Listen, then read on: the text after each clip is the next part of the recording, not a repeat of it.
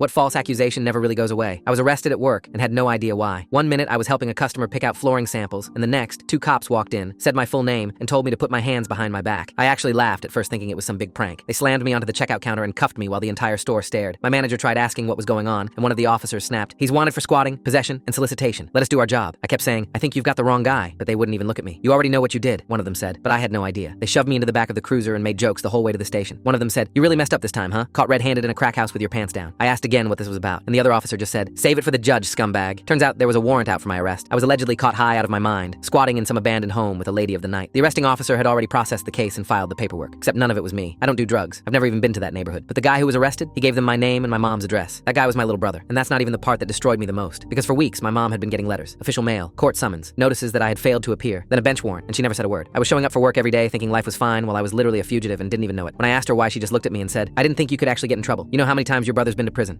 I couldn't watch that happen again. No apology. No concern for the fact that I just spent a night in holding with a guy vomiting blood in the corner and another guy screaming racial slurs at a wall. She didn't care if I ended up in prison, as long as it meant he didn't. I told her I was bringing a photo of him to court and that I'd already requested the arresting officer be present. That's when she finally broke. Her voice cracked. She started crying, saying, "He'll do real time this time. You're his brother. Please don't do this," as if I was the one throwing him under the bus. Thankfully, one of my best friends is a lawyer and offered to represent me pro bono. The day of the trial, he asked to approach the bench, showed the judge a photo of my brother, and explained the situation. The judge called up the arresting officer and asked if he recognized me. The officer didn't even hesitate. He said, "That's not the guy I arrested," then pointed at the photo and said, "That's the guy." The judge leaned back in his chair and sighed. Then he just said, "Case dismissed." No apology. No one from the DA's office even looked in my direction. You'd think it ended there, but a few years later I got pulled over during a routine stop for a busted taillight. The officer ran my license and came back tense with his hand resting near his holster and said I needed to step out of the car. He informed me there was a federal flag on my name and that someone using it had open warrants in another state for identity fraud and substance trafficking. He asked if he could confirm I was who I said I was by having me lift my shirt and show I had no tattoos. It was freezing, but I did it, and then he let me go. So I do know he's out there somewhere, still using my name like it's his own, probably getting me into more trouble I'll hear about in the future.